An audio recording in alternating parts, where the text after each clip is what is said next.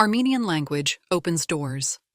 Article by Maria Gunko, published on January 21, 2026, on EVN Report. About 3.5 years ago, when I began learning Armenian as part of my PhD at Oxford, I felt a subtle but persistent frustration.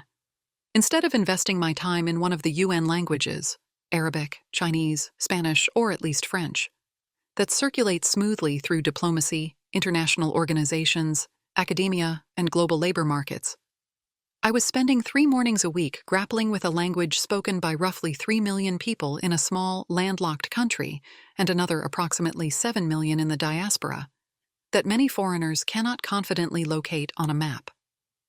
Remember how, in 2025, U.S. President Donald Trump repeatedly confused Armenia with Albania while discussing a peace deal he claimed to have brokered? I am fairly certain he is not alone in that geographic ignorance. For a while, learning Armenian felt indulgent, but time has a way of humiliating our certainty. I was wrong. Not only is Armenian a beautiful language, one in which words are constructed so that the whole genuinely exceeds the sum of its parts and delves into the essence of the phenomenon. A kiss is literally taste plus smell. Friends are people who eat together. Family are those who live under one roof. It is also unexpectedly useful. Speaking Armenian opens doors that appear to everyone else firmly locked. The stories below might sound improbable, but quoting one of the highly influential and acclaimed contemporary anthropologists, Michael Tausig, I swear I saw it. Restaurant in Leipzig. My education in the utility of the Armenian language began in Leipzig. It was approaching 10 p.m. The neatly paved streets offered nothing but closed entryways. Finally, I saw light through the windows of one restaurant.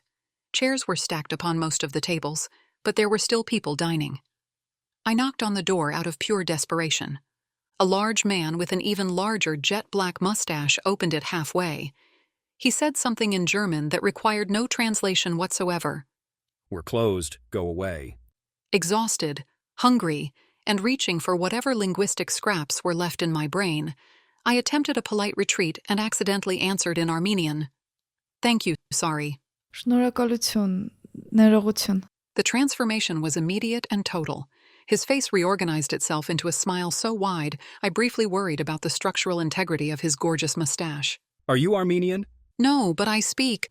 Hi, yes? Չէ, բայց խոսում եմ. Too late. I was already being pulled across the threshold, from the realm of closed into warmth and light. Within minutes, I was seated at a table that began to fill without any consultation, with dolma, korovats, bread, salads, and enough Ararat cognac to preserve a small mammal. The man with the mustache, Armen, the owner, explained that half his staff was Armenian, his mother was from Gyumri, his wife's grandmother from Yerevan. These facts were delivered not as a biography, but as credentials. When I tried to pay, Armen looked genuinely offended, as though I had suggested something morally questionable. You speak Armenian? He said patiently, as if this resolved the matter. It did, though I didn't yet know why. From that day on, every time I am in Leipzig on business, I drop by Armen's restaurant with small tokens from Yerevan. He still never allows me to pay. Train station in Ghent. Some months later, Armenian intervened again, this time at Ghent St. Peter's station. I missed my train to Brussels by roughly 40 seconds, close enough to helplessly watch it depart. The next train would arrive soon, except that it would make me miss my Eurostar to London at a moment when my bank account was already in end-of-the-month existential crisis. I sat on a bench, trying to figure out Plan B, when I heard Armenian behind me. 2 older women were arguing energetically about politics. Encouraged by past experience, I approached and explained, in Armenian, that I had missed my train. Over the next 20 minutes I had been fed, handed a bottle of water, and reassured that everything was going to be fine. One of the women, Anahit, was already on the phone, mobilizing what appeared to be the entire Armenian diaspora of Belgium. 15 minutes later, I was placed on a bus to Brussels, occupying a seat that had materialized despite the bus being completely full, according to every official source. I never fully understood how this happened. I was simply grateful that it did. Ice skating rink in Moscow. It was January, and we were celebrating a friend's daughter's birthday. Snooker, dinner, and finally ice skating. By the time we reached the rink, however, the last session had already begun. No entry. The children were devastated. My friend Masha attempted negotiation. You know, our friends came from Yerevan and are leaving soon. Maybe there's a way. Yerevan? The guard paused, thinking.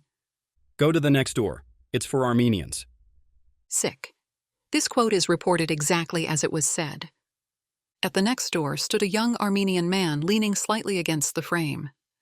From Yerevan? Come in, come in. Welcome. Hametsek. He said, then nodded to the rental desk, and 3 pairs of skates appeared. My younger boy politely squeaked in Armenian. Thank you, have a good evening, sir. Շնորհակալություն, ձեզ լավ երեկո, պարոն. Making the young man grin. The children and I skated for an hour, grateful for the privilege of what we now privately refer to as the Armenian door. The pattern.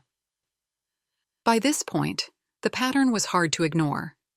You can meet Armenians everywhere, scattered by genocide, by the collapse of the Soviet Union, by labor markets and opportunity.